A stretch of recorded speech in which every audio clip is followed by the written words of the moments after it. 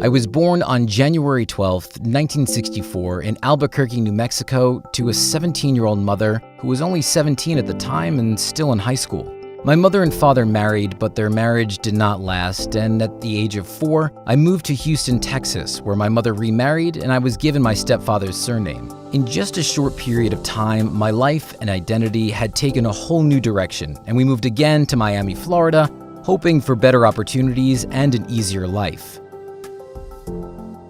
I wasn't always the richest person in modern history. I gave up parts of my youth in high school working at McDonald's as a line cook in order to make extra money. I never let it get the better of me because I always knew I wanted to do more with my life. I tried hard in school, even enrolling into extra courses in the Student Science Training Program at the University of Florida. Working part-time and using what little time available to study, I graduated valedictorian of my high school. In my speech, I stated my vision in wanting to preserve Earth from overuse through resource depletion. At 18 years old, when the internet wasn't even released yet, people thought it was nothing more than just a young teen's dream. At first, I didn't know what major to choose in college, but then I remembered building an alarm system when I was younger to catch my siblings when they tried to sneak into my room. So I attended and graduated from Princeton University with degrees in electrical engineering and computer science, and began working for a number of companies, from a financial telecommunications startup to banking, where I gained valuable knowledge about the inner workings of Wall Street. I was making more money than I ever had in my entire life. Growing up poor, I've always had very little, but money to me was only a tool and never the end goal. I wanted to create something that had never been done before, something that was mine. By 1994, at the age of 30, I was the senior vice president for one of the world's largest investment management firms, but I still wasn't happy. This was the fork in the road for me, and I knew I had to decide if I wanted to continue this path or take a huge risk and follow my dreams of creating something more. After writing a business plan, I quit my job and began searching for investors for my company. I warned them that there was a 70% chance that my new business could fail because the idea of blending the internet and commerce had never been done before. They were just as ambitious as I was, and on July 5th, 1994, I launched my business from my garage. At first, we only sold books, but I knew from the very beginning we wanted to sell everything people wanted. It was always clear to me that the internet was going to revolutionize the way people lived, and physical bookstores seemed like one of the more obvious things that would change. It didn't take long until people began ordering all types of books from our website, and we eventually began selling music and videos. To bring back a little nostalgia from my childhood, I installed a bell to notify anyone when we got an order.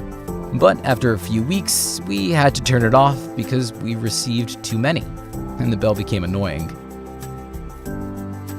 Just as we began selling things beyond books, in 2000, the company hit rock bottom. A combination of fierce competition and the dot-com bubble burst led us to near bankruptcy. Online startups and companies were disappearing and closing all around us, with many, including myself, unsure if we would make it. Through luck, we had borrowed and raised nearly $2 billion from a number of banks and investors weeks before the burst, and we were able to ride out the turmoil.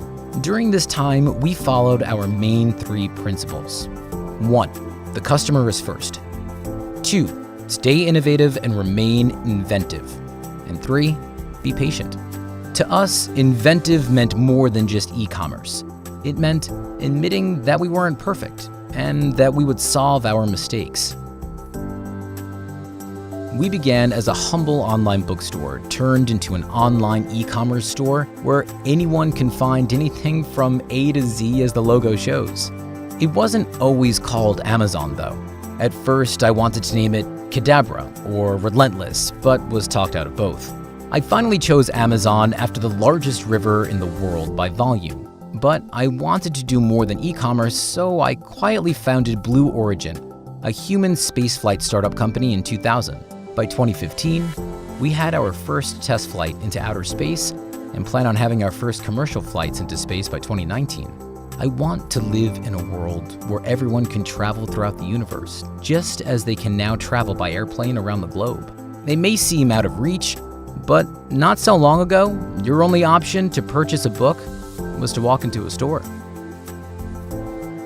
Of all the goals I had in mind, becoming the first centibillionaire on the Forbes Wealth Index was never one of them. The aim was always to produce services that could make life easier and better for others, a task that was not always easy for me.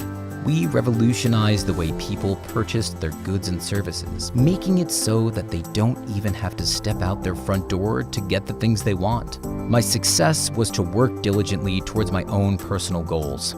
The thing with ambition is that it can never be fully quenched, and once one goal is reached, others have to follow. I like to believe that pride and joy can be taken from your accomplishments, but you can't rest on your laurels for too long afterward, or life will become stagnant. You have to strive for more goals and more achievements.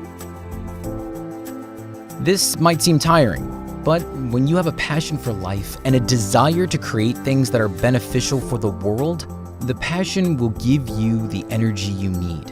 The hard work will become enjoyable, and it will also give you a sense of purpose.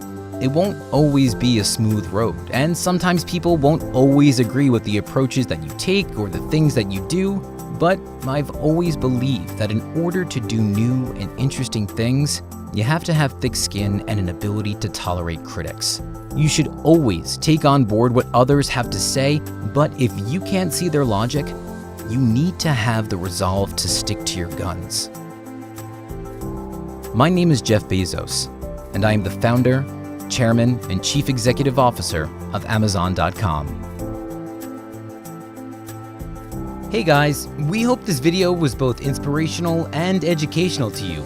If you would like to share your own stories about pursuing your dreams, building your business, thriving in your professional careers, or simply accomplishing something you're proud of, please submit it to us via the link. We'd love to tell your story.